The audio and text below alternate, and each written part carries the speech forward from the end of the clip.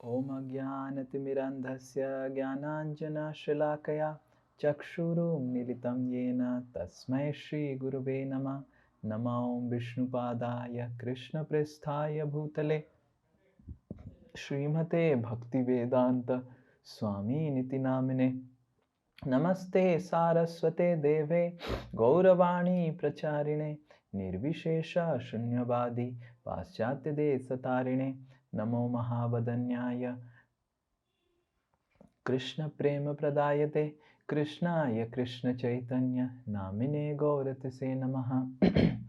हे कृष्णा करुणा सिंधु दीनबंधु जगतपते गोपेश गोपिका कांता राधा कांता नमस्तुते।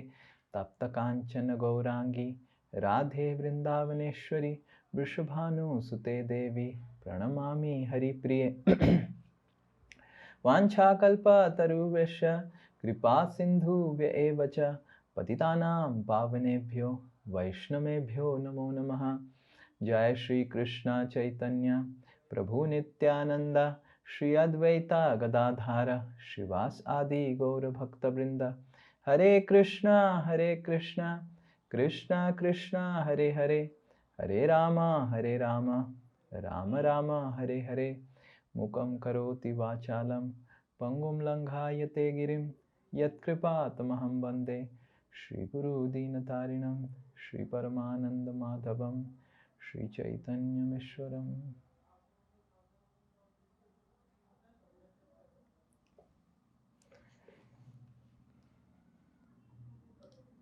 हरे कृष्णा। यस, तो हम कुछ devotees are missing. Where is Abhilasha Mataji? And what else? Others are there, yes. Very good. Sukhendra Prabhu, Jayanta Prabhu. Yes, तो हम क्या discuss कर रहे थे? किसी को कुछ याद? हरे कृष्ण प्रभु जी धन्यवाद। हाँ, तो लास्ट क्लास में आप डिस्कस किया था वो 6.18 33 और 34 श्लोक में। तो कैसे कश्यप मुनि प्रभावित हो गया और कैसे कश्यप मुनि का क्या हुआ इसके बारे में। तो इधर श्लोक में बता रहा है कि पोती भगवान है, पोती परमेश्वर है। कश्यप मुनि बोला है दीदी तुम क्या किया, क्या है जीवन का लक्ष्य तुम्हारा क्या है। इतना दिनों का बाद तुम्हारा भाग्य उदय हुआ, तुम्हारा बुद्धि भी उदय हुआ। अभी तुम सेवा कर रहे मेरा को। तुम्हें क्या पता है पति का सेवा मतलब स्वयं परमेश्वर वसुदेव का सेवा है। पति तो परमेश्वर भगवान की प्रतिनिधि है और पति का सेवा करना मतलब भगवान का सेवा करना। ओके, यह है पहला कश्यप मुनि का विचारधारा। तो इसमें क्या समस्या है, कौन अब बताएगा? और कोई बताइए। यस, जय निताय माता जी। हरे कपूरी धन्यवाद प्रणाम। तो इसमें ये कश्यप मुनि का ये सोचना गलत है कि जो पार्ट स्त्रियों को सोचना था कि पति परमेश्वर है, ऐसा पत्नियों को सोचना चाहिए, ना कि पति को ये सोच लेना चाहिए कि वो हमको भगवान की तरफ पूजा करी तो मैं भगवान हो गया। बल्कि उनको अपना दास समझना चाहिए कि मेरा कर्तव्य है कि अपनी पत्नी का हम ख्याल रखें, उसका भी भक्ति अच्छे से चले, ऐसा। परफेक्ट। तो ये जो चीज है ये पति को नहीं सोचना चाहिए, पत्नी को सोचना चाहिए। तो और हम क्या शिक्षा प्राप्त करते हैं इससे? तब फिर इससे हम लोग ये शिक्षा प्राप्त करते हैं कि शास्त्र में जो कुछ भी ज्ञान दिया गया है वो हर एक इंडिविजुअल केस के लिए है और वो ऐसा नहीं है कि वो सारे लोगों पे अप्लाई होता है।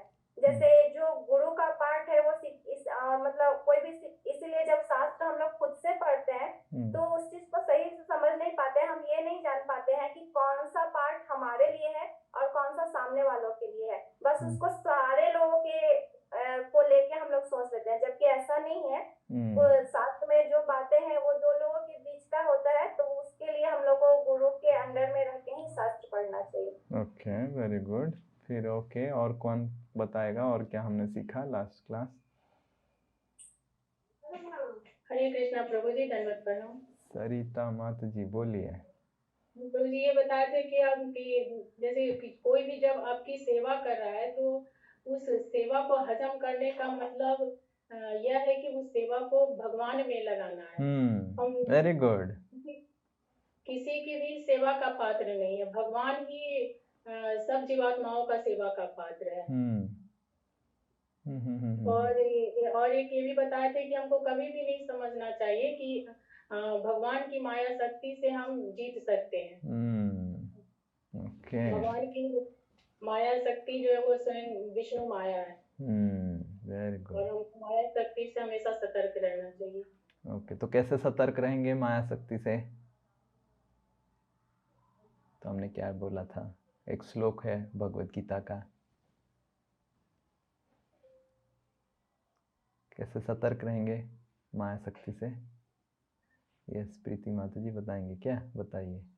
यस प्रभु जी, हरे कृष्ण, धन्यवाद, प्रणाम प्रभु जी। वो वाला श्लोक है ना, देवी हेषा गुणमयी मम माया कुतया मामेव ये प्रपद्यन्ते माया मेताम तरन्ति ते। Very good. भगवान के शरण के तो भगवान के शरणागत होके हम माया से बच सकते हैं हम, अदरवाइज कोई नहीं है।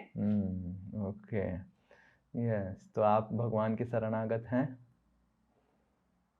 प्रभु जी कोशिश तो कर रहे हैं, आप कितने हैं वो भगवान जी बताएंगे कि आप बताएंगे? भगवान जी तो कुछ बताते नहीं है, यही समस्या है। भगवान जी हर समय दांत दिखाते रहते हैं। दांत भी दिखाते नहीं है, उससे दांत बंद करके हंसते हैं भगवान, तो इसलिए ज्यादा डर लगता है।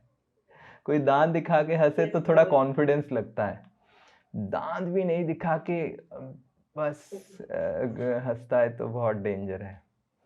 Anyway. पहली बार हंसी है भगवान जी की, हाँ? समझ नहीं पाते क्या पहली है भगवान जी की हंसी कि हम उससे खुश हैं या वैसे व्यंग्यात्मक हंसी है, किस लिए हंस रहे हैं भगवान जी, वो समझना भी मुश्किल हो जाता है। ओके, ठीक है। और कोई कुछ बताएगा? और एक व्यक्ति और भक्त, एक जन। ओके, सो अनुराधा माता जी, देन लीना माता जी, देन रीमा माता जी। यस। हाँ प्रभु जी, आपने बताया था कि 41, 42 में कि कश्यप मुनि जो है इतने ज्ञानी होने के बाद भी उन पर उनका मन का प्रभाव दिख रहा है कि किस तरह वो उसकी जो कृत्रिम स्वभाव द्वारा अदिति के हर लिए गए थे। और पहले तो उसकी प्रशंसा कर रहे थे और स्वयं बाद में सारी स्त्री जाति को प्रताड़ित करने लग गए। तो तब आपने बोला था कि मन पेंडुलम की तरह होता है। तो मन की समस्या है कि वो प्रसन्न रहता है, कभी व्यथित हो जाता है, इसलिए हमको अपनी चेतना को सुधारना चाहिए। तो ये पुरुष और स्त्री दोनों पे लागू होता है, एक पे नहीं। सभी को इससे प्रशंसा से बचना चाहिए, या प्रशंसा से जो अभिमान का भाव आए उसको तुरंत ही, मतलब सारे अपनी प्रशंसा को तुरंत अगर हम भगवान को निवेदित कर दें तो वो हमारा कल्याण है। अन्यथा हम हमेशा उस जो आप बताते हैं कि मम माया दुरत्या या बात बताते हैं कि हम भगवान के माया के द्वारा हट लिए जाएंगे और बार बार इस दुख का कारण बनेगा वो हमारे। तो हमने डिस्कस किया था कि अगर हम लोगों को प्रशंसा नहीं करेंगे तो हम माया में पड़ जाएंगे, और लोग जो हमको प्रशंसा कर रहे हैं उसको अगर सच समझ लेंगे तभी भी माया में पड़ जाएंगे। देखिए कितना डेंजरस है, हैं? तो अगर अनुराधा माता जी का प्रशंसा नहीं किया तो माया में पड़ जाएंगे, और अगर अनुराधा माता जी का प्रशंसा करने के बाद अनुराधा माता जी सोचे कि मैं कितनी अच्छी हूं तो भी माया में पड़ जाएंगे। तो बहुत खतरनाक है विष्णु माया। यस यस, लीला माता जी बताएंगे। आपने ये बताया था कि हम सभी के पास में एक शक्ति होती है, तो उसका इस्तेमाल जो है गलत नहीं करना चाहिए, सही जगह मतलब भगवान की सेवा में करना चाहिए, लोगों के लिए अच्छाई के लिए करना चाहिए। और आपने ये भी बताया था कि स्त्रियों के हृदय में तो चाकू होता है। अरे बाप रे, ये सब मैंने बताया? स्त्रियों के हृदय में चाकू होता है, ये मैंने नहीं बताया, कश्यप मुनि बताया। तो ये है कि हमें मतलब भगवान की सेवा, और जैसे कि स्त्रियां जो है अच्छा काम करे घर को संभालने में, अगर गलत करेंगे तो हम घर को बिगाड़ भी, हमारे अंदर इतनी शक्ति, हम घर को बिगाड़ भी सकते हैं, बना भी सकते हैं। तो जो शक्ति होती है उसका सदुपयोग करना चाहिए, दुरुपयोग नहीं करना चाहिए। ओके, पर कश्यप मुनि जो बहुत अच्छा ये शक्ति के बारे में बताया गया था, पर ये लास्ट टू लास्ट क्लास हमने डिस्कस किया था। बट जब कश्यप मुनि स्त्री जाति की निंदा किए तो उसके ऊपर हमने क्या विचार किया था कि किस तरह कश्यप मुनि बोले सरथ पद्मोच्छवम वक्त्रम, तो ऐसे तो क्या स्त्री का हृदय एक चाकू की तरह होता है, ये सही है या गलत है, क्या है? तो हमने क्या डिस्कस किया था इसके ऊपर? यहाँ प्रभु जी आपने एक चीज बोली थी कि मन का जो प्रॉब्लम है वो जनरलाइज कर देता है। पहले कश्यप तारीफ कर रहे थे, अब उन्होंने सारी नारी जाति को बोला कि सब भी खराब है। द्रौपदी जी, कुंती महारानी, रुक्मणी जी, तो ये सब भी कितने शुद्ध भक्त थे, मीराबाई।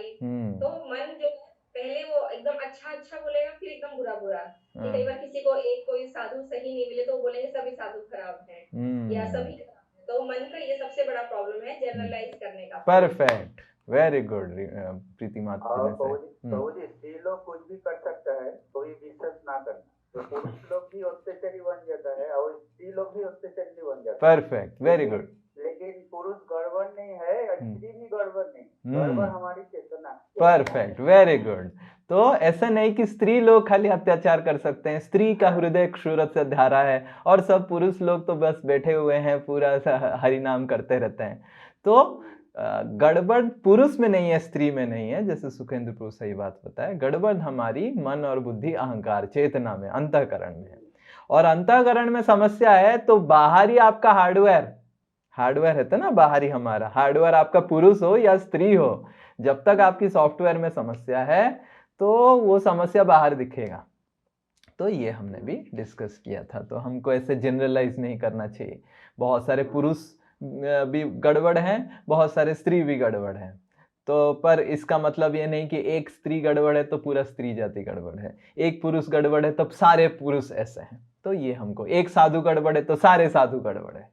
हाँ, इस्कॉन में एक गड़बड़ निकला तो पूरा इस्कॉन खराब है कि नहीं? तो ये मन की समस्या है, मन की समस्या है, इसको हमको बचना चाहिए। वेरी गुड, बहुत अच्छा, आप सब अच्छे से ध्यान पूर्वक सुन रहे हैं, मेरे को बहुत अच्छा लगा। रीमा माता जी, उसके बाद चैतन्य महाप्रभु जी से पूछा जाता है कि आचरण क्या है?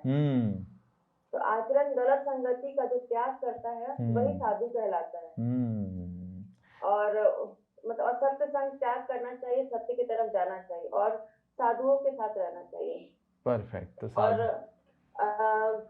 शिष्य गुरु को सम्मान देना चाहिए। जब गुरु की प्रशंसा होती है तो गुरु को प्रशंसा अपने आगे गुरु को और फिर भगवान को अर्पित करना चाहिए। परफेक्ट। तो हमको जब प्रशंसा मिलता है तुरंत हमको आगे बढ़ा देना चाहिए, रखना नहीं चाहिए कि हाँ बहुत अच्छा बहुत अच्छा। अब समझ में आ गया रीमा माता जी को कि मैं कौन हूँ। अब तक तो पूरा अंधकार में थी, अब समझ में आ गया। ऐसे नहीं करना चाहिए कि जैसे ही हम ऐसे सोचते हैं तुरंत हम ही खुद अंधकार में पड़ जाएंगे। Okay, very good. हाँ, आप निंदा के बारे में भी बताए थे कि निंदा से डरना नहीं चाहिए। निंदा मतलब आपको बहुत ही जगह में मन नहीं लगेगा और भगवान की शरण में आप जल्दी से जल्दी यहाँ से जाने का प्रयास करिए। नहीं, sorry, I didn't got it. क्या फिर से बताइए। निंदा से नहीं डरना चाहिए, मतलब प्रशंसा का तो बताए थे, निंदा भी अगर कोई कर रहा है तो उसको भी पॉजिटिवली लेना चाहिए कि आपको इस भौतिक जगत में मन नहीं लगेगा और आप भगवान के पास जल्दी जाना चाहिए। परफेक्ट। तो हर चीज को हमको देखना चाहिए कि कैसे भगवान की सेवा में लगा है। कोई निंदा कर रहा है तो बहुत ही अच्छा है, जल्दी से जितने ज़्यादा लोग निंदा करेंगे हमारा उतना भौतिक जगत के प्रति आसक्ति ऑटोमेटिकली खत्म हो जाएगा कि फिर जाने में आसानी होगा, है कि नहीं? प्रशंसा करते हैं तो ज़्यादा मुश्किल होता है, लगता है लोग कितना मेरे को चाहते हैं, ये करते हैं। जब जैसे कभी कभी मैं बताता हूँ कि अब बस हमको जाना है, आध्यात्मिक जगत जाना है, ना प्रभु जी आपको तो कितना सेवा करना है, कितना लोगों को उद्धार करना है। तो हम सोचते हैं कि सारा उद्धार करने का जिम्मेदारी हमको मिला है क्या, और कोई आगे आएगा नहीं क्या परंपरा में उद्धार करने के लिए? तो हमको ऐसे कभी नहीं सोचना चाहिए मेरे को उद्धार करना है तो इधर ही रह के उद्धार करना है। नहीं, ये जो गुरु परंपरा है ये नदी की तरह है। कुछ लोग कुछ लोगों को हम शिक्षा देंगे, उसके बाद कुछ लोगों को हमारे शिष्य लोग शिक्षा देंगे, कुछ लोग को उनके शिष्यों की उनकी शिष्य से, इस तरह परंपरा रहेगा। हमको नहीं सोचना चाहिए कि हमको इधर ही बैठ के बस सबको उद्धार करने के लिए करना है। तो जल्द से जल्द खाता बंद करना है भौतिक जगत का। तो आप सब कितने लोग राजी हैं? ओके, हाथ सब उठा देते हैं। मैं जैसे ही बोलता हूँ ना, सब हाथ उठा देते हैं। सब हाथ उठा देते, जैसे किसी का कुछ आसक्ति है ही नहीं, सब हाथ उठा देते हैं जल्दी से। जैसे मैं पूछता हूँ कि किसको खाता बंद करना है, साहब मेरे को तो खाता बंद करना है। खाता तो मेरा बंद हो ही गया प्रभु जी, बस खाता बंद करके अभी मैं छोटा नोटपैड में थोड़ा थोड़ा लिखता हूँ, मेरा ओरिजिनल खाता मैंने बंद कर ही दिया है। ठीक है, जैसे भी है, मरते समय देखा जाएगा क्या होगा, पर हमारा ये आशा तो है कि हम भक्ति कर रहे हैं, माला कर रहे हैं, भागवतम पढ़ रहे हैं, तो हमारी ये लक्ष्य है कि भगवान के धाम में प्रवेश करें, भगवान की सेवा में नित्य रूप से लग जाएं। तो आज ये प्रसंग हम समाप्त करेंगे। तो आज की प्रसंग में तो पहला चीज, जब कश्यप मुनि को देखिए, कश्यप मुनि और दीति दोनों माया से प्रभावित हो गए। जैसे हम शायद इसके ऊपर हम थोड़ा सा चर्चा किए थे पिछले क्लास के अंत में। तो कश्यप मुनि भी माया में प्रभावित हो गए कुछ समय के लिए, और दीति भी माया में प्रभावित हो गए। पर कश्यप मुनि क्षण भर के लिए माया से प्रभावित हो गए। फिर जब पता चला कश्यप मुनि को, फिर उनकी चेतना सृष्टि हुई, तो फिर उनको लगा फिर अभी मेरे को क्या करना चाहिए। पर दीति जैसे माया में प्रभावित हुई थी, दीति ने जानबूझ के समझ के वो माया में गिरी। Correct, pre planned. But Kashyap मुनि का कुछ प्लानिंग नहीं था माया में पड़ने का। तो हमको समझना चाहिए कि कभी कभी ऐसे हमारे साथ भी होगा कि हमने कभी प्री प्लानिंग नहीं किया था, पर सर्कमस्टेंस, एक परिस्थिति की वजह से, और हम क्योंकि इतने स्ट्रांग नहीं है भक्ति में, एक परिस्थिति में कभी कभी हम पढ़ने के बाद हमारा पतन हो जाता है, या पर हमारी चेतना गड़बड़ हो जाती है, जैसे इनका हुआ, कश्यप मुनि का। तो अगर इस तरह का होता है तो भगवान हमको सुरक्षा देते हैं और बाद में सद्बुद्धि देते हैं परमात्मा के हिसाब से। पर दीति देवी जानबूझ के पूरा षड्यंत्र रचाई है। तो इनकी जो पतन है, दीति की जो चेतना का पतन है, समस्या है, ये परिस्थिति के अनुसार नहीं है। दीति जी ने अच्छे से प्लानिंग किया था। तो कश्यप मुनि को जब पता चला कि दीति ने पूरा प्लानिंग किया है, और कश्यप मुनि एक बहुत ही असमंजस परिस्थिति में पड़ गए, एम्बैरेसिंग सिचुएशन। अभी करेंगे क्या?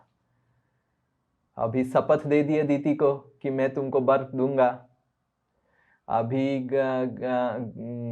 इंद्र अगर उस तरह का वर दे देंगे तो इंद्र मारा जाएगा। इंद्र अगर मारा जाएगा तो कश्यप मुनि को भी पाप लगेगा।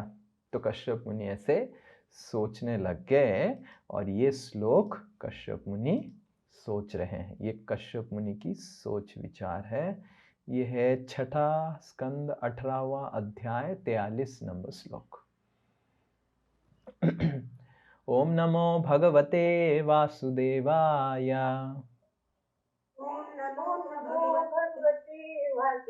ओके, अंजू माता जी एक एक जन करके, एक फिर उसके बाद अंजू माता जी, फिर उसके बाद नेक्स्ट जो भी। ओम नमो भगवते वासुदेवाय।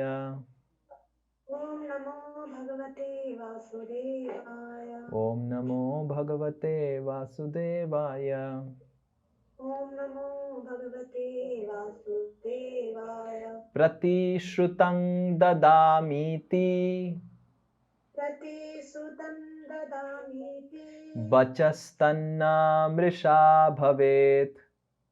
वचस्तन्न मृषा भवेत्। बद्धं नार्हति चेन्द्रोऽपि वधं नार्हति चेन्द्रोऽपि तत्रेदम् उपकल्पते।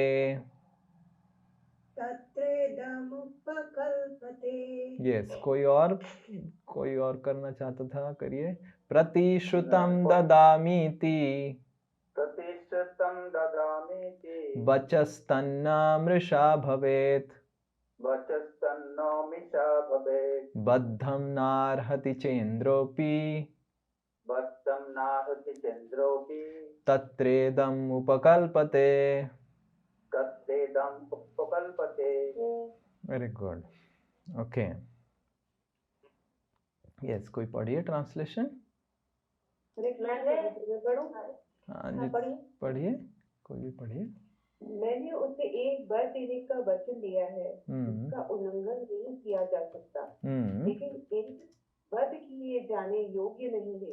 इस स्थिति में मैंने जो उपाय हल सोचा है वह उपयुक्त है। ओके, तो इसका वो पढ़िए, हिंदी ट्रांसलेशन परपोर्ट पढ़िए, तात्पर्य पढ़िए। कश्यप मुनि ने यह निष्कर्ष निकाला, यदि ऐसा पुत्र चाहती है जो इंद्र का वध कर सके, अंतर्बोधक वह स्त्री है, अतः अधिक बुद्धिमान नहीं है। मैं उसे ऐसी शिक्षा दूंगा कि वह इंद्र के वध के विचार को त्याग कर स्वयं वैष्णव अर्थात भगवान श्री कृष्ण की भक्त हो जाए। यदि वह वैष्णव नियमों को अंगीकार कर लेने के लिए राजी हो जाती है तो उसका कलुषित हृदय निश्चित ही शुद्ध हो जाएगा। ओके, भक्ति की यही पढ़िए, बोलिए। भक्ति की यही विधि है। कृष्ण भावनामृत में भक्ति के नियमों का पालन करके कोई भी व्यक्ति शुद्ध बनाया जा सकता है, क्योंकि कृष्ण भावना इतनी प्रबल होती है कि अत्यंत मलिन श्रेणी का व्यक्ति भी शुद्ध होकर श्रेष्ठतम वैष्णव बन जाता है। श्री चैतन्य महाप्रभु के आंदोलन का यही मुख्य उद्देश्य है। श्री नरोत्तम दास ठाकुर का कहना है, पढ़िए। इस कलयुग में श्री चैतन्य महाप्रभु का प्रकट उन पतित आत्माओं के उद्धार के लिए है जो सदैव भौतिक सुख के लिए कुछ न कुछ आयोजन करते रहते हैं। उन्होंने इस युग के मनुष्यों को हरे कृष्णा महामंत्र के जपने का अपूर्व अवसर प्रदान किया है, जिससे वे समस्त भौतिक कलमश से मुक्त होकर पूर्णतः शुद्ध बन सके। एक बार शुद्ध वैष्णव बन जाने पर कोई भी मनुष्य देहात्म बुद्धि से परे चला जाता है। इस प्रकार कश्यप मुनि ने अपनी पत्नी को वैष्णवी बनाने का प्रयत्न किया, जिससे वह इंद्र के वध करने का विचार त्याग दे। उनकी इच्छा थी कि दीदी तथा उसके पुत्र शुद्ध बने, जिससे वे वैष्णव बनने के योग्य हो सके। निस्संदेह कभी कभी अभ्यास करता वैष्णव नियमों का पालन करते रहते विफल हो सकता है और उसके पतित होने की संभावना बनी रहती है। किंतु कश्यप मुनि ने सोचा, यदि वैष्णव सिद्धांतों का पालन करते हुए कोई पतित हो जाता है तो भी इसमें कोई हानि नहीं है। यहाँ तक कि भ्रष्ट वैष्णव को भी अच्छा फल प्राप्त होता है, जैसा कि श्रीमद् भगवत गीता में पुष्टि की गई है। स्वल्पमप्यस्य भयत त्रायतो महते भयात्। वैष्णव नियमों की रच मात्र पालन से भी इस भौतिक संसार के बड़े से बड़े भय से छुटकारा पाया जा सकता है। इस प्रकार इंद्र के प्राणों की रक्षा के लिए कश्यप ने अपनी पत्नी दीदी को वैष्णव बनने के लिए उपदेश देने की बात सोची। हरि बोल, हरि बोल, हरे कृष्ण। Very good. अभी हम इसको यूज करेंगे, हिंदी वाला। हरे कृष्ण। तो कश्यप मुनि ने सोचा कि हमको अगर इंद्र को भी बचाए रखना है, मेरे पत्नी को भी बचाए रखना है, क्योंकि दीदी अगर सही में इंद्र को मार देगी तो दीदी का भी बहुत बड़ा अपराध हो जाएगा, हाँ कि ना। तो अगर इंद्र को भी बचाए रखना है और मेरे को भी अपराध से मुक्त रखना है, मेरी पत्नी को भी अपराध से मुक्त रखना है, तो केवल ये पूरा सब कुछ जो हमने अभी गड़बड़ कर दिया है उसको बाहर निकालने का एक ही तरीका है, भगवान के भक्त करना, भगवान की भक्ति करना। और भगवान की भक्ति करने से क्या होगा? पहला चीज ये होगा कि दीति देवी की हृदय की अंतःकरण शुद्ध होगा। तो हमको समझना चाहिए कि जो भी हमारे जीवन में भय है वो हमारी अंतःकरण की अशुद्धता की वजह से है। हमारी अंतःकरण में शुद्ध नहीं है हमारी अंतःकरण, इसीलिए भय है।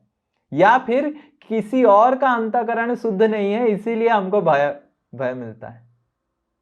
इसीलिए भगवत गीता में बताया गया है, भगवत गीता में भगवान बोलते हैं अभयम सत्व संसिद्धि। अगर कोई अभय से जीना चाहता है तो उसको अपनी अंतःकरण की शुद्धिकरण करना चाहिए। तो दीति की अंतःकरण में द्वेष भर गया था। कश्यप मुनि ने उनको भगवान के भक्त बनाने का कोशिश किया और ऐसे पद्धति बताया जैसे दीति देवी भगवान की भक्त बन जाए, उससे उनकी अंतःकरण शुद्ध होगा। और ये हम इस दुनिया में भी देख सकते हैं। भगवान ने ये दुनिया ऐसे बनाया है कि इस दुनिया में कोई भी अफसोस नहीं है, कोई भी दुख की कारण नहीं है, कोई भी समस्या नहीं है। समस्या कहां से आ रहा है? भगवान से नहीं, भगवान की सृष्टि से नहीं, हमारे अंतःकरण की जो कलमश है। इंद्र के लिए अभी कैसे समस्या सृष्टि हो जाएगा? किसके लिए? क्योंकि दीति देवी के हृदय में गंदगी है कि नहीं? तो उसी तरह इस दुनिया में जो भी समस्या हम देख रहे हैं, कोई भी आप समस्या देखिए, वो सारी समस्या का जड़ है जीव हिंसा। जीव हिंसा मतलब हम दूसरों को हिंसा कर रहे हैं, दूसरों को द्वेष कर रहे हैं। वो क्यों आगे बढ़ेगा? मेरे को आगे बढ़ना है और मेरे को उससे ज्यादा आगे बढ़ना है और उससे ज्यादा आगे बढ़ के दिखाना है कि मैं उससे ज्यादा अच्छा हूं। ये जो जीवों के अंदर प्रतिस्पर्धा का लक्षण है और प्रतिस्पर्धा के कारण जीव जो दूसरों को कष्ट देना चाहता है, ये है सारी समस्या का जड़ इस भौतिक जगत में। जितनी सारे समस्या हैं ये भौतिक जगत में, केवल सब का एक ही पिन पॉइंटेड, एक ही जो आप पूछेंगे तो मतलब जिससे एक ही कारण जो है वो है इस जीव हिंसा, जीवों को द्वेष करने का, दूसरों को परेशानी में डालने का। तो अगर इस चीज का जो हमारे अंतःकरण में एक कलमश है, ये अगर धुल जाता है, ये अगर शुद्ध हो जाता है तो जरूर हमारा अगर ये अंतःकरण शुद्ध होता है तो सब सुरक्षित रहेंगे। एक एस्ट्रोलॉजर, एक ज्योतिषी श्रील प्रभुपाद जी का जब बचपन में कुंडली देखा और बताया कि ये व्यक्ति बड़ा होके ऐसा एक छत बना सकता है जिसमें सारा दुनिया शांति से रह सकता है। This person has the power to make such a place in which the whole world can stay in peace. ऐसा एक स्थान बना सकता है। और हमने देखा कि श्रील प्रभुपाद ने कृष्ण भावनामृत आंदोलन का प्रारंभ किया और सबको कृष्ण का भक्त बनाने का कोशिश किया, जिसमें सबसे बड़े बड़े जो दुश्मन हैं, अमेरिकन और रशियन, दोनों हाथ लगा के डांस करने लग गए हरे कृष्ण में। तो हमको समझना चाहिए। और हम जब इस बार यात्रा में गए थे, वाराणसी यात्रा में, तो अयोध्या यात्रा में हम कहानी सुन रहे थे, वाराणसी अयोध्या यात्रा में श्री चैतन्य महाप्रभु का। श्री चैतन्य महाप्रभु जब वृंदावन की ओर जा रहे थे, पहली बार जब श्री चैतन्य महाप्रभु वृंदावन की ओर गए तो इतने सारे लोग गए, इतने सारे लोग उनके पीछे पीछे, हम भी चलेंगे वृंदावन भगवान चैतन्य महाप्रभु के साथ। सो Chaitanya Mahaprabhu ISKCON new town से मानो निकले, तो जब सापुर जी में बात फैल गया कि हम भी चलेंगे वृंदावन, तो पूरा सापुर जी निकल गया। जब एलिटा में बात फैला तो पूरा एलिटा विस्टा निकल गया, तो फिर डीएलएफ निकल गया, फिर यूनिवर्ल्ड निकल गया, रोजडेल निकल गया। जब तक Chaitanya Mahaprabhu new town bus stand में पहुंचे तो सब लोग निकल गए, जितने सारे न्यू टाउन के। तो इस तरह श्री चैतन्य महाप्रभु जब पहली बार वृंदावन की यात्रा किए, तो जहां जहां खबर फैलता था सब लोग अपना घर द्वार छोड़ के चलने लगे। जंगल पूरा कट गया ऑटोमेटिकली, क्योंकि लोग ऐसे चलने लग गए कि पूरा जंगल सब टूट गया। लोग कुछ भक्त लोग जब नदी आता था तो जहाज की नौका के ऊपर बैठ जाते थे, और इतने लोग नौका के ऊपर बैठ जाते थे कि नौका टूट जाता था। तो लोग तैर के जाते थे कि हम वृंदावन जाएंगे भगवान के साथ। फिर श्री चैतन्य महाप्रभु मालदा पहुंचे। आपको पता होगा एक मालदा जगह है, पुरी से मालदा पहुंचे, रास्ते में आता है। मालदा में रामकेली स्थान में श्री चैतन्य महाप्रभु रूप गोस्वामी सनातन गोस्वामी से मिले, और रूप गोस्वामी सनातन गोस्वामी बोले कि इतने सारे लोगों के साथ अगर आप वृंदावन जाएंगे, वृंदावन तहस नहस हो जाएगा और वृंदावन की आस्वादन आप नहीं कर पाएंगे, वृंदावन का सारा पेड़ वेड़ सब टूट जाएगा। तो श्री चैतन्य महाप्रभु समझे और फिर श्री चैतन्य महाप्रभु वापस आ गए पुरी मालदा से, और आगे नहीं गए वृंदावन। फिर दूसरी बार जब श्री चैतन्य महाप्रभु वृंदावन की जर्नी, सफर या फिर यात्रा लगाए, तो एकांत में रातों रात किसी को नहीं बोल के निकल गए। एक ही व्यक्ति बलभद्र भट्टाचार्य के साथ रातों रात निकल गए। सब लोग उठे तो कहाँ है चैतन्य महाप्रभु, पुरी में कोई नहीं मिला। सब चैतन्य महाप्रभु निकल गए और वन के पथ पे निकले। चैतन्य महाप्रभु रोड बालेश्वर, और जैसा ये रोड है ना कटक बालेश्वर, इस रोड पे बंगाल का रोड नहीं पकड़ के श्री चैतन्य महाप्रभु झारखंड का रोड पकड़े। और झारखंड में उस समय रोड नहीं था, झारखंड जंगल रहता था। अभी भी झारखंड में बहुत सारे जगह पे जंगल है। ढेंकानाल करके एक जगह है, एक रूट है, आप भुवनेश्वर पुरी के बाद भुवनेश्वर के बाद कटक के बाद भद्रक, बालेश्वर और खड़गपुर, और वो ये एक रूट हो गया जिसमें रास्ता था। और ये रूट जो है कटक के बाद ढेंकानाल करके एक जगह है, उसमें डिटूर करके जंगल में प्रवेश किए, जिसको झारखंड फॉरेस्ट बोला जाता है। और झारखंड जंगल में जब श्री चैतन्य महाप्रभु प्रवेश किए तो शेर और सियार, हाथी और हिरन सब लोग थे। और श्री चैतन्य महाप्रभु जाके शेर को स्पर्श किए, और शेर खड़े होके हरे कृष्ण महामंत्र जाप करने लग गया। और श्री चैतन्य महाप्रभु हिरण को स्पर्श किए तो हिरण भी हरे कृष्ण महामंत्र जाप करने लग गया। और हिरण और शेर हाथ पकड़ पकड़ के, जैसे हम सर्कल में करते हैं ना, वैसे नृत्य करने लग गए। और बलभद्र भट्टाचार्य श्री चैतन्य महाप्रभु के असिस्टेंट, वो तो भयभीत होके गाछ के ऊपर बैठ गया था। बाप रे, कहाँ किसके साथ में आ गया, क्या होने वाला है अभी। तो श्री चैतन्य महाप्रभु जब हरिनाम संकीर्तन स्टार्ट किए झारखंड के जंगल में, शेर और हिरण जो स्वाभाविक शत्रु हैं, उन्होंने मित्रता के साथ नृत्य करने लग गए। और चैतन्य चरितामृत में आता है, खाली नृत्य भी नहीं किए, चुंबन भी करने लग गए, खाने के लिए नहीं, प्रेम से। सोचिए, तो ये है श्री चैतन्य महाप्रभु और हरे कृष्ण आंदोलन की और भगवान विष्णु की भक्ति की शक्ति। भगवान कृष्ण की जो भक्ति है, इसको कोई हमको मामूली नहीं समझना चाहिए कि हरे कृष्ण तो जाप कर रहे हैं तो क्या है। इसमें पूरा ब्रह्मांड की अनंत शक्ति इसमें है, यह हरे कृष्ण महामंत्र में। श्री चैतन्य महाप्रभु शिष्टाष्टकम में बताते हैं कि तत्रार जितने सारे शक्ति है भगवान ने उनके नामों में घुसाया है, समावेश किया है। तो हम जब भगवान के नामों को उच्चारण करते हैं, हमको समझना चाहिए कि इसमें अनंत शक्ति है हमारी हृदय को साफ करने का।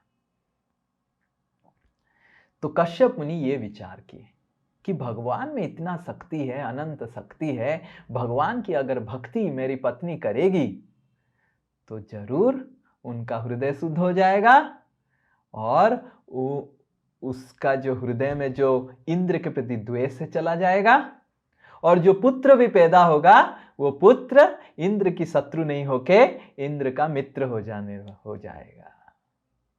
तो ये विचार करके कश्यप मुनि ने दीति देवी को भगवान की भक्ति करने का पद्धति बताया, वैष्णव पद्धति भगवान की भक्ति करने का। तो पहला उपदेश तो दीति देवी बोली जरूर जरूर जरूर, मैं आप जो बोलेंगे करूंगी, जो बोलेंगे करेंगे। कश्यप मुनि बोले ठीक है। ये कश्यप मुनि विचार कर रहे हैं, बोले नहीं कि दीति को मैं तुमको घुमाऊंगा, अभी ऐसे बोले नहीं, विचार कर रहे हैं कि इसको क्या करूं, अभी ऐसे समस्या में मेरे को डाल दी है। तो कश्यप मुनि विचार कर रहे हैं, इसको भगवान की भक्ति करने के लिए बोलता हूं, और भगवान की भक्ति करेगी तो जरूर जो पुत्र होगा इंद्र का मित्र बनेगा, शत्रु नहीं बनेगा। तो कश्यप मुनि बोले जरूर जरूर जरूर, मैं तुमको एक पंथा बताऊंगा, और उस पंथा से तुमको संतान होगा, वो संतान जरूर इंद्रहा। और इंद्रहा का मतलब इंद्र को हत्या करेगा। इंद्रहा ऑल्सो मीन्स दैट इंद्र की फॉलोअर बनेगा। तो दीति समझी क्या कि इंद्र को हत्या करने वाला आ जाएगी।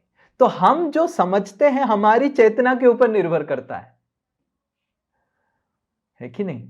हमारी चेतना के ऊपर निर्भर करता है। हम जो देखते हैं, हम जो सुनते हैं, उससे क्या इंफॉर्मेशन गैदर करें।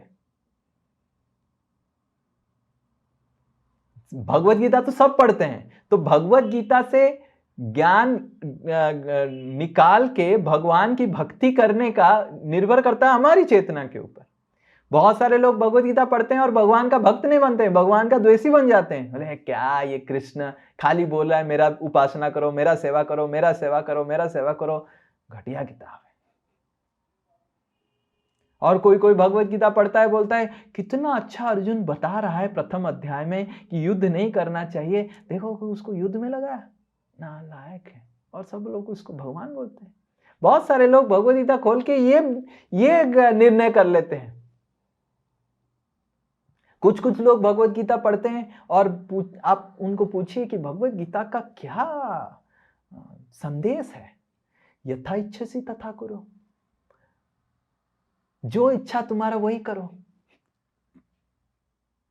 ना। कहां ये लिखा है ना? हाँ 18 अध्याय में है, और ये श्लोक है भगवत गीता में, यथा इच्छसि तथा कुरु। पर ये श्लोक किस दायरे में भगवान बोलते हैं? भगवान पूरा ज्ञान बताने के बाद अर्जुन को बोलते हैं, अर्जुन मैं पूरा ज्ञान बता दिया, अभी तुम्हारा जो इच्छा है वो करो। और लोग क्या बोलते हैं कि भगवत गीता का यही सारांश है, तुम्हारा जो मन में इच्छा होता है वही करो। हरे कृष्ण।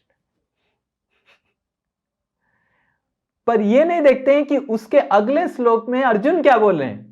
अर्जुन बोले मैं अपना मन का नहीं करूंगा। अर्जुन बोलते हैं करिष्येत वचनम तव, मैं आपका वचन करूंगा, ये कोई पढ़ाएगा नहीं।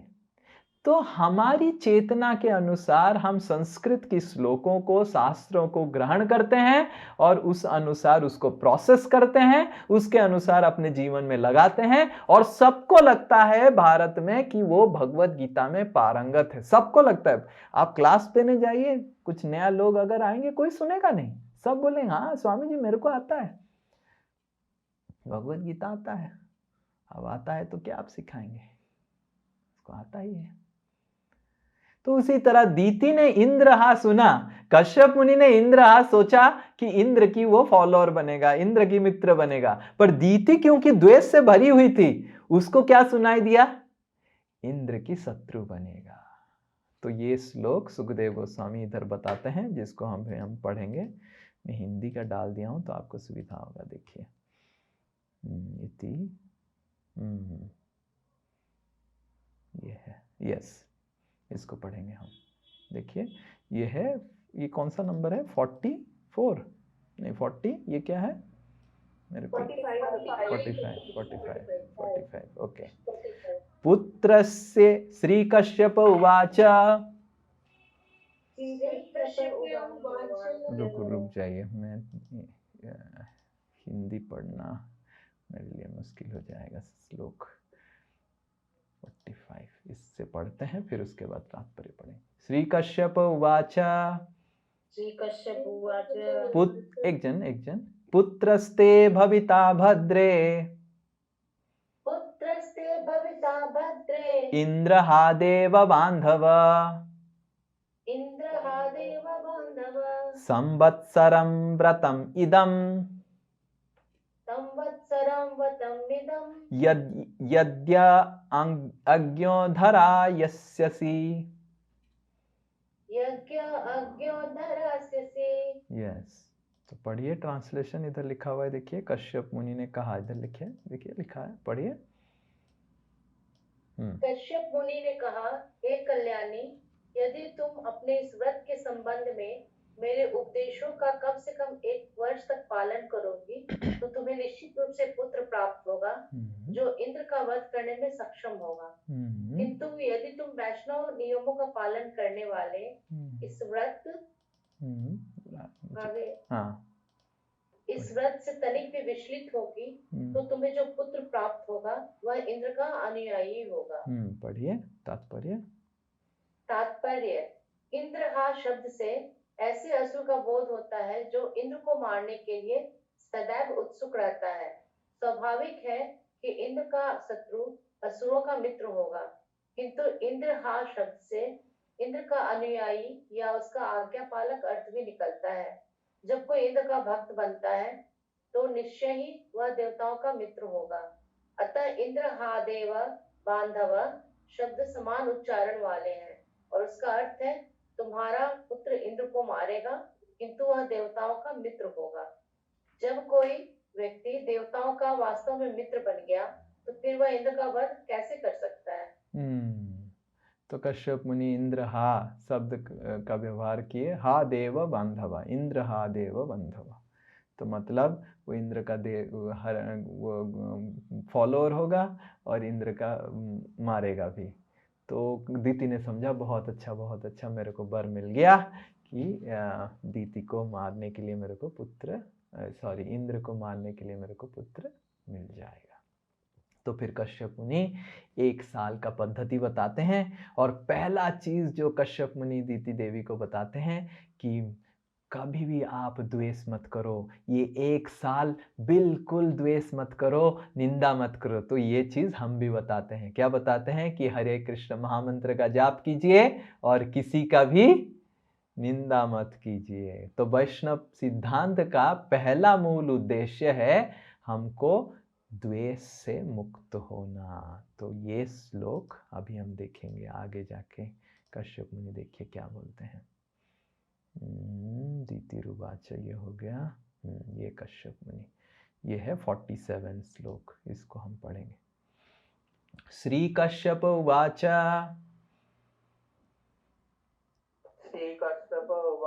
न हिंस्याद् भूत जातानि, न सपेत नानृतं वदेत्, न छिन्द्या न खरोमाणि, न स्पृशेद यदमंगलम। ओके, पढ़िए, इसका ट्रांसलेशन पढ़िए। कश्यप मुनि ने कहा, हे प्रिय, इस व्रत का पालन करते समय न तो तुम उम्र बने न उग्र बने न ही किसी को कष्ट पहुंचाए, न तो किसी को शाप दो, न अतुल्य भाषण करे, असत्य भाषण करे, न तो अपने नाखून तथा बाल काटे और न हड्डियों तथा खोपड़ी जैसे अशुद्ध वस्तुओं का स्पर्श करे। यस, तो तात्पर्य पढ़िए। तात्पर्य, कश्यप मुनि ने अपनी पत्नी को जो पहला उपदेश दिया वह था कि किसी से द्वेष न करना। इस संसार में सबों में द्वेष करने की सामान्य प्रवृत्ति पाई जाती है। अतः कृष्ण भक्त बनने के लिए प्रवृत्ति पर अंकुश लगाना चाहिए, जैसा कि श्रीमद् भागवत में कहा गया है, परमो निर्मत्सराणाम। कृष्ण भक्त सदैव द्वेष रहित होता है, जबकि अन्य लोग द्वेषमय।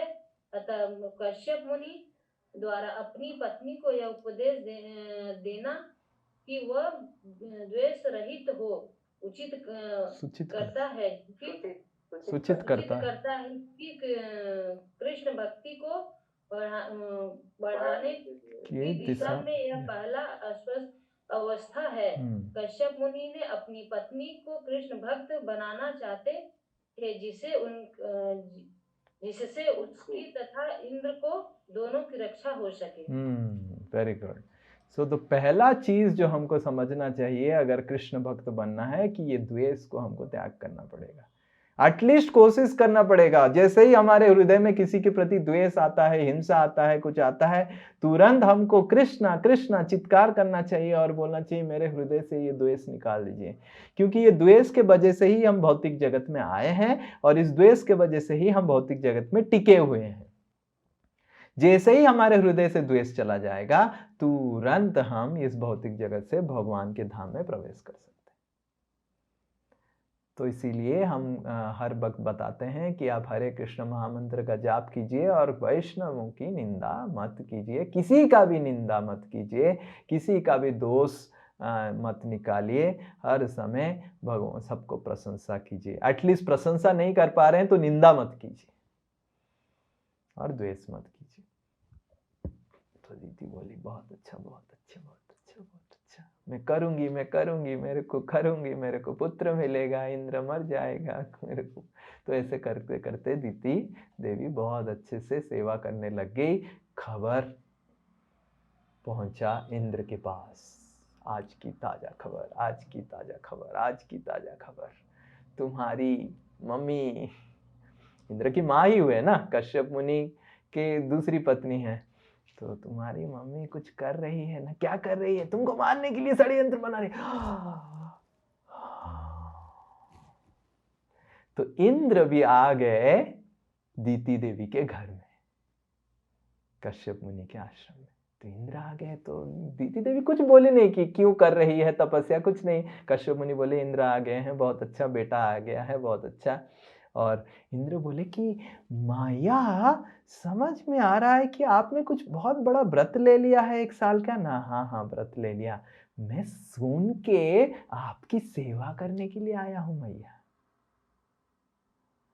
तो इंद्र भी आ गए। अभी इंद्र भी दीति से भी ज्यादा मैनिपुलेटिव, डिप्लोमेटिक इंद्र आ गए अभी दीति देवी की सेवा करने के लिए। बहुत अच्छे से सुखदेव गोस्वामी बता रहे हैं, देखिए इंद्र सेवा करेंगे। अभी ये श्लोक शायद 53 में आता है, जिसको हम पढ़ेंगे। अभी इंद्र आके क्या करने लग गए, ये क्या हो गया, दौतावास कौन सा नंबर पे आता है मेरे को, ये है 56 नंबर, 56। ये कौन सा चल रहा है अभी, देखिए 52 ना, नहीं 62 हो गया, 62 हो गया ये। तो ये हो गया 57 आ गया। हाँ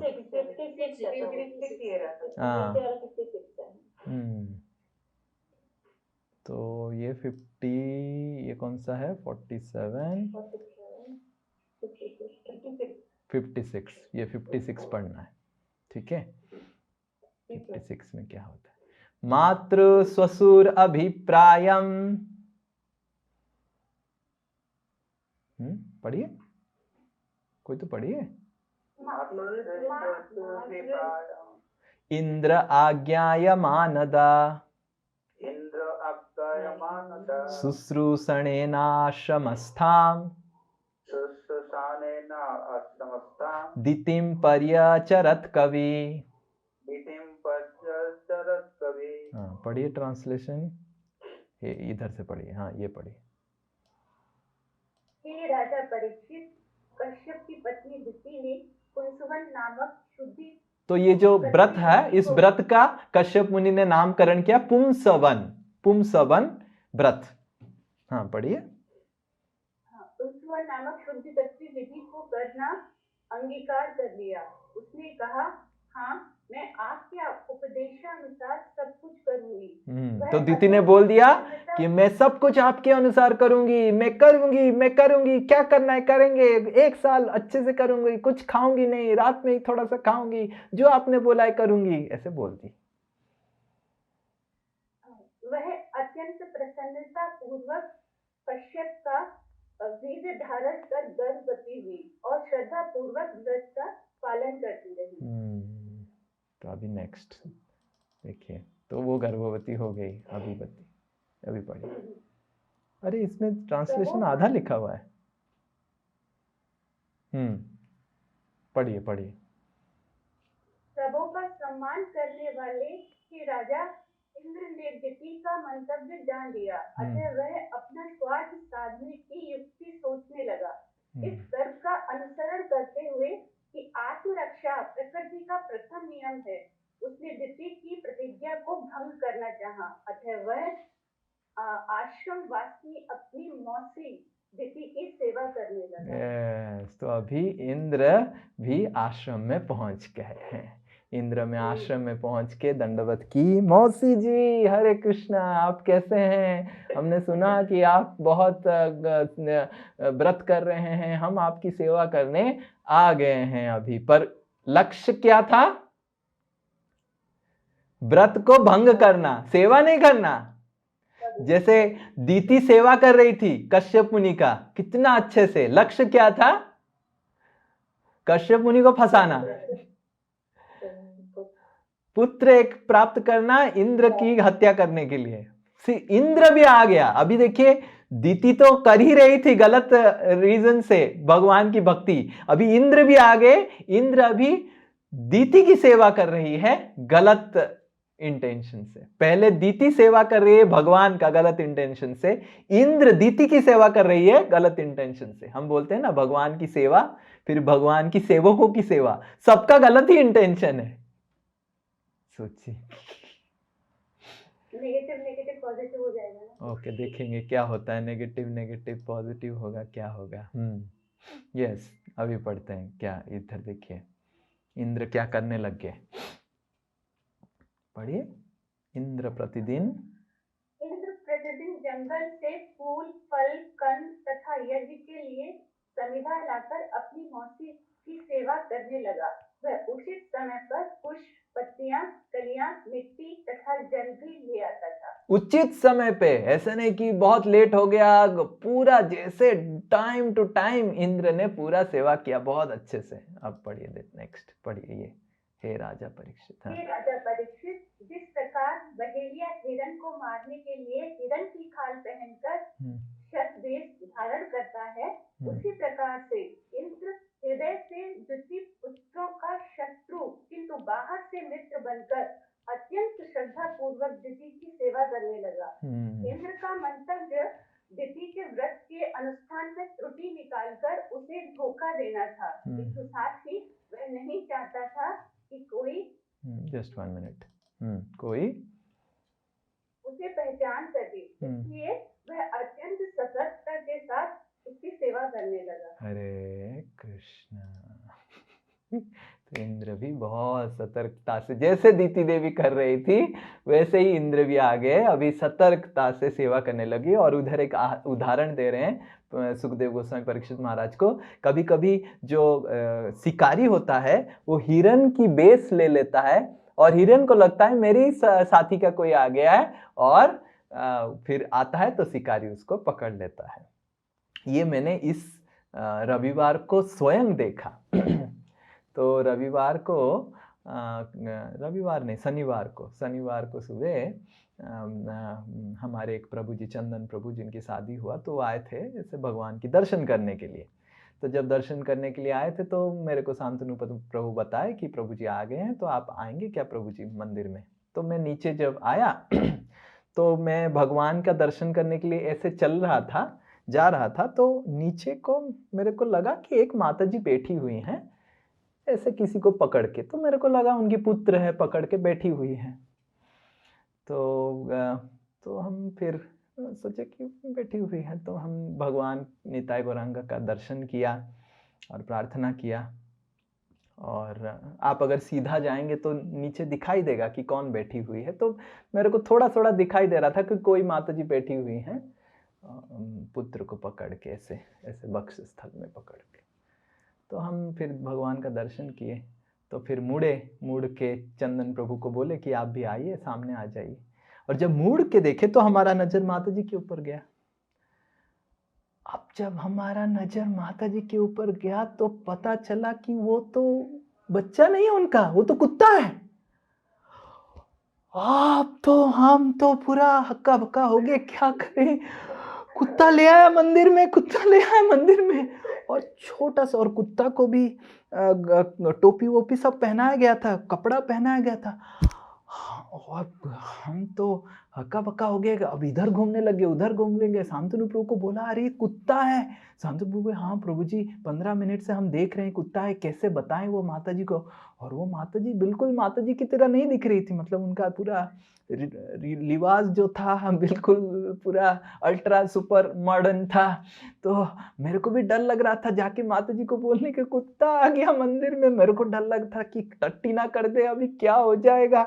फिर मैं घूम फिर के सबको बोल रहा हूँ, उनको नहीं बोल पा रहा हूँ, कैसे बोलूँ मैं। फिर और एक भक्त को बोला, जाके बताओ इसको, निकालो, क्या कुत्ता आ गया मंदिर में। तो तब फिर वो माता जी खुद ही निकल गई। शायद देखी कि मैं थोड़ा परेशान हूँ, घूम रहा हूँ और उनको कुछ बोल नहीं रहा हूँ, उनको समझ में आया क्या नहीं आया, फिर निकल गई।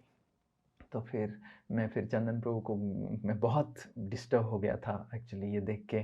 फिर चंदन प्रभु को मैंने फिर पूजा वूजा करवाया, जो करना था, जो हो गया। फिर उसके बाद उनको प्रसाद वसाद दिलवा के 2-3 घंटे के बाद वो चंदन प्रभु जब गए, उनका फ्लाइट था, पहला चीज़ हमने सिक्योरिटी को बुलाया। सिक्योरिटी हमारा इतना मोटा ग्लास है उसका, इतना मोटा, उधर बैठा रहता है, आपने देखा होगा। तो सिक्योरिटी को बुलाया, मैंने बोला कैसे तुमने अलाउ किया उस मंदिर में कुत्ता को। तुम कुत्ता कहाँ, कुत्ता था वो तो बेटा था उसका। मैं बोला हाय। तो इस तरह हम भ्रमित हो जाते हैं। देखिए तो हिरण क्या भ्रमित होगा। तो हम जब इसको शनिवार को रात को हम पढ़ रहे थे ये श्लोक को, तो हमको सही लगा, अरे हिरण क्या भ्रमित होगा, मनुष्य लोग ही भ्रमित हो जाते हैं। एक कुत्ता को छोटा सा पकड़ के लेके आया, सब लोग सोच रहे थे। और एक भक्त को पूछा, बोला हाँ प्रभु जी वो तो बच्चा था शायद, माता जी कैसे पकड़ी हुई थी।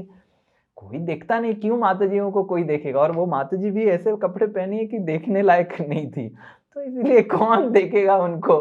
तो सबको लगा वो बच्चा है माता जी का, और है कुत्ता। हरे कृष्णा। तो कलयुग, घोर कलयुग है, क्या कर सकते हैं, जो भी है हमको।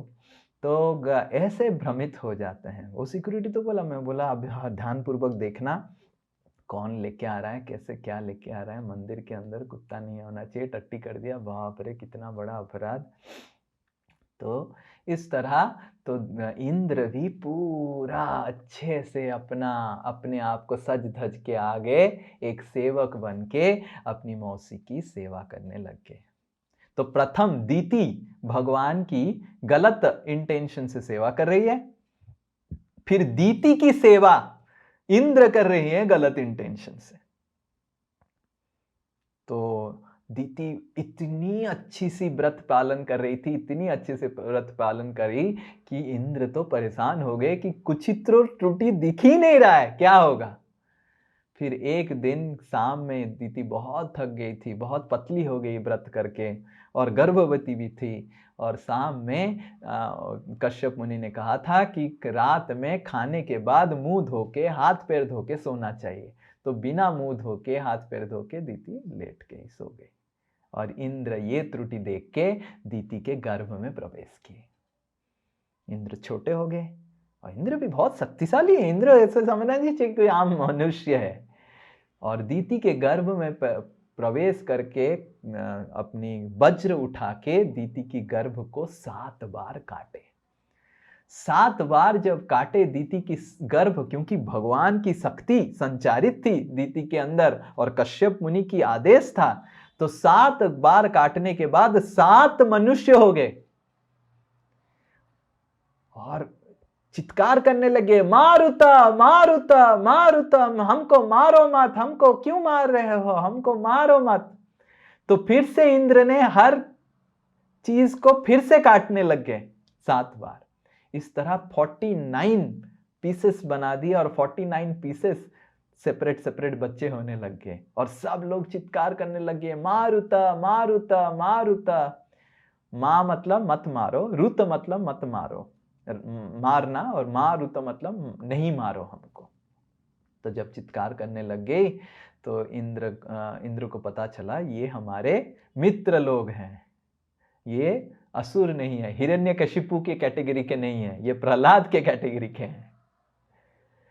तो जैसे ही इंद्र को पता चला कि ये प्रहलाद के कैटेगरी के हैं, हम आपके दास हैं, बताने लग गए वो बच्चे लोग, तो इंद्र उनको मारना बंद कर दिया और बोले कि अगर आप हमारे मित्र हैं तो हम आपको सुरक्षा देंगे, आपको बिल्कुल कष्ट नहीं पहुंचाएंगे। तो इस तरह बोलने लग गई और अंदर मान लीजिए आपके पेट के अंदर ये सब भूमिकंप हो रहा है, काटना कूटना सब हो रहा है। तो दीति तो उठ गई, सोई हुई थी, उठ गई। उनको लगा कि शायद मिसकैरेज हो गया, और दीति के सामने इंद्र और 49 बच्चे बैठ गए। तो दीति बोलने लगी, अरे मैं तो एक पुत्र मांगा था, 49 पुत्र कैसे हो गए, और इंद्र भी बैठा हुआ है, क्या हो गया। तो फिर दीति पूछने लगी इंद्र को कि सच सच बताओ कि क्या हुआ। मैं तो तुमको मारने के लिए एक पुत्र मांगा था, और मैं तो मेरी पति का, कश्यप मुनि का शक्ति के बारे में जानता हूं कि कभी भी वो फेल नहीं होंगे, तो 49 बच्चे कैसे हो गए। फिर इंद्र शर्मा के बताया कि मम्मी मौसी मैं भी बहुत बड़ा गलती कर दिया, मैं भी आया था आपकी व्रत को तोड़ने के लिए, आप जैसे व्रत कर रहे थे मेरे को मारने के लिए, मैं भी व्रत कर रहा था आपको तोड़ने के लिए। पर देखिए भगवान की भक्ति का शक्ति, ये इंद्र बताए दीति देवी को। भगवान की भक्ति का शक्ति ये है कि मेरा हृदय भी शुद्ध हो गया, आपका हृदय भी शुद्ध हो गए, और जो बच्चे भी पैदा हुए वो भी देवता बन गए, असुर नहीं, हिरण्यकशिपु की कैटेगरी के नहीं। तो उस तरह हमको समझना चाहिए ये हरे कृष्णा आंदोलन, ये इस्कॉन एक अस्पताल की तरह है।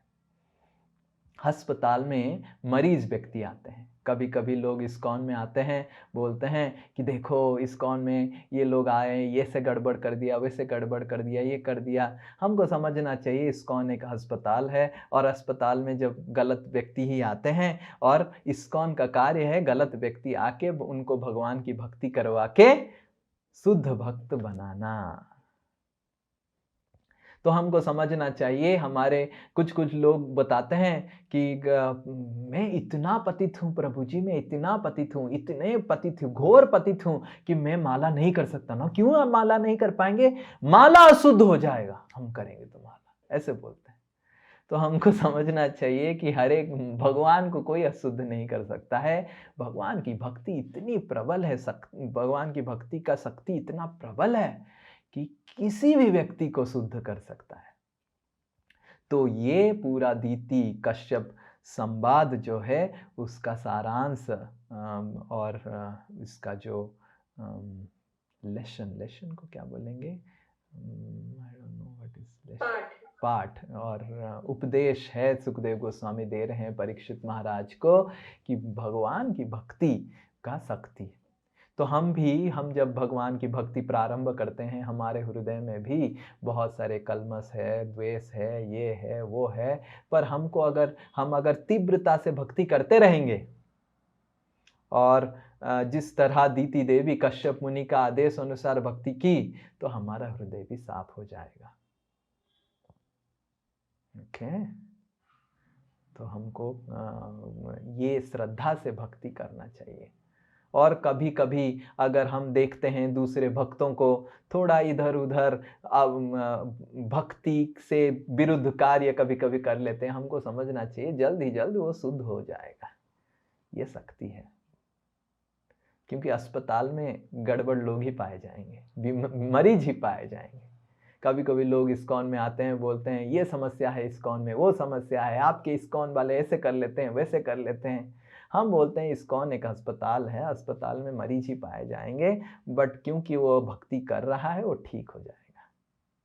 तो हमको समझना चाहिए कि हम सब मरीज हैं, हृदय की मरीज, चेतना की मलिन चेतना की मरीज है हम। हमारा चेतना मलिन है, उसकी हम मरीज हैं। और इस्कॉन और हरे कृष्ण महामंत्र, भगवान की सेवा हमको शुद्ध करने का तरीका है। ना दीति सही इंटेंशन से भगवान की भक्ति कर रहा था, ना इंद्र सही इंटेंशन से भगवान की भक्ति कर रहा था, सब गलत इंटेंशन से कर रहे थे, फिर भी इतना शक्तिशाली है। तो अगर हम सही इंटेंशन से करेंगे तो क्या हमारा प्रभाव होगा, बताइए। तो ये भगवान की भक्ति है। इसका मतलब ये नहीं कि हम गलत इंटेंशन से करने लग जाएं, इसका मतलब ये है कि भगवान की भक्ति का शक्ति इतना प्रबल है। हरे कृष्णा कृष्ण कृष्ण हरे हरे, हरे राम राम राम हरे हरे। श्री कृष्ण भगवान की जय, श्रीमद् भागवतम की जय। किसी का कोई प्रश्न है तो पूछ सकते हैं।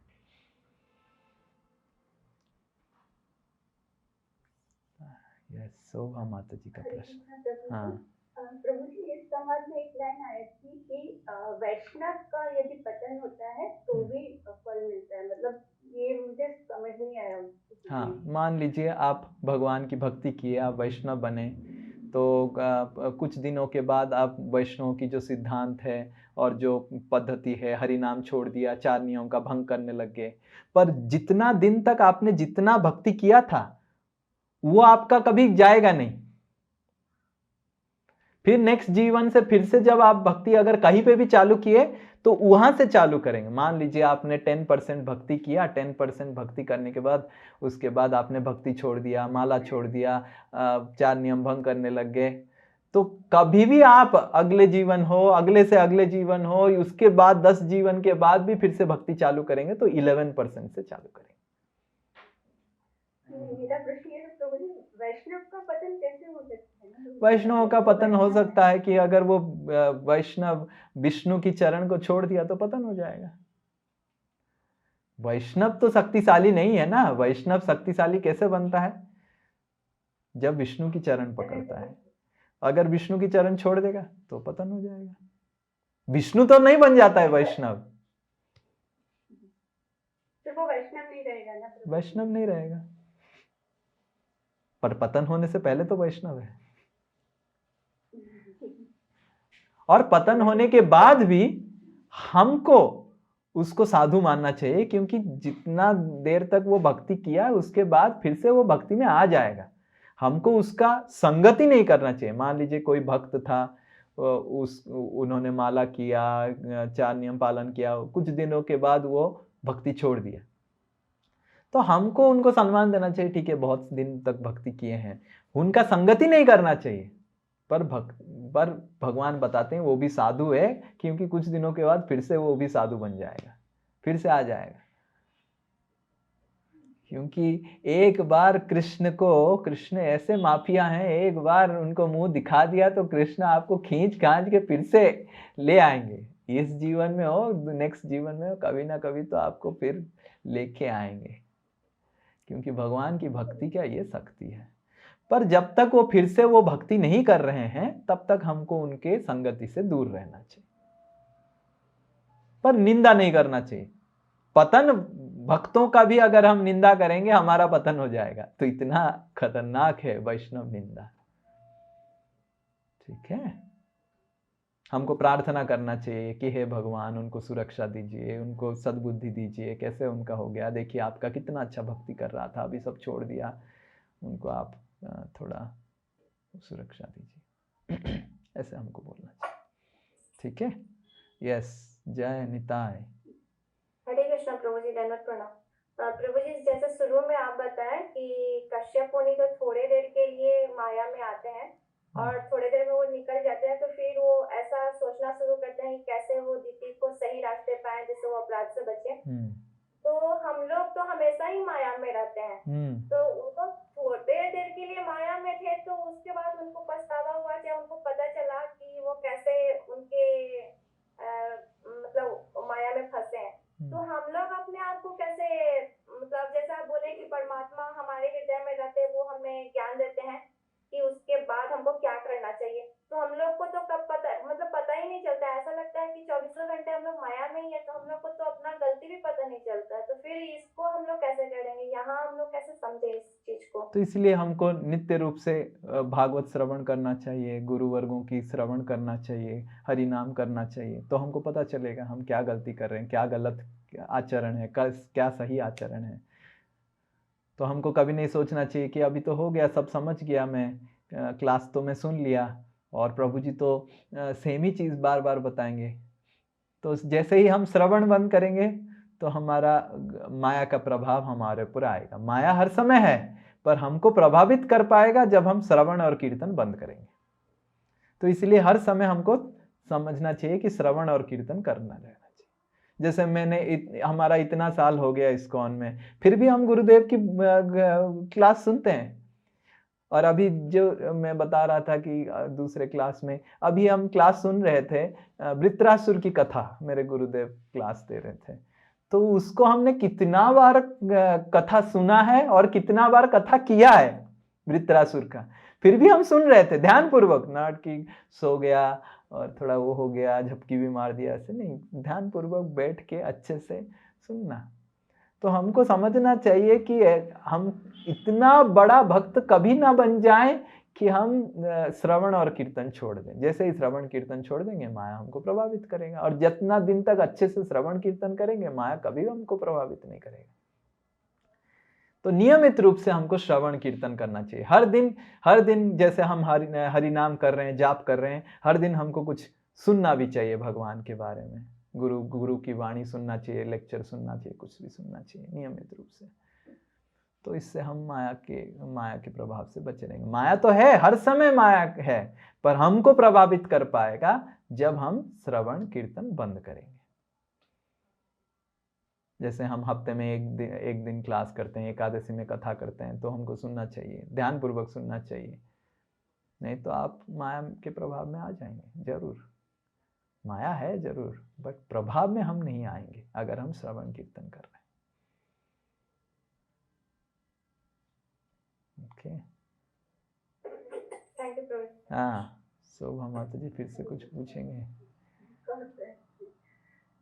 यहाँ पे जैसे आप बता रहे थे कश्यप जो है जिसकी जो गलत उनकी मंशा थी उसके साथ वो उनको एक भक्त बनाने की बात करते हैं। ऐसे रामायण में जो केकई और हमारा दशरथ का जो दिखाया था, वो तो भगवान तो वहाँ स्वयं ही थे, भगवान राम वहाँ थे, और ये सब जो हुआ था वचन मांगना और ये नियति थी प्रभु जी, या वाकई में वो मंशा से तो भी किया, या महाराज दशरथ भी इतने रघुकुल से वंश थे और वो उनको नहीं समझा पाए, मतलब ये सब क्या था, वो नियति थी या फिर? तो भगवान के पार्षद जैसे दशरथ महाराज, कैकेयी, कौशल्या, सुमित्रा, ये सब भगवान के नित्य पार्षद हैं, जो भगवान के नित्य धाम, रामचंद्र की नित्य धाम साकेत धाम, वैकुंठ में भी एक रामचंद्र का धाम है जिसको बोला जाता है साकेत धाम।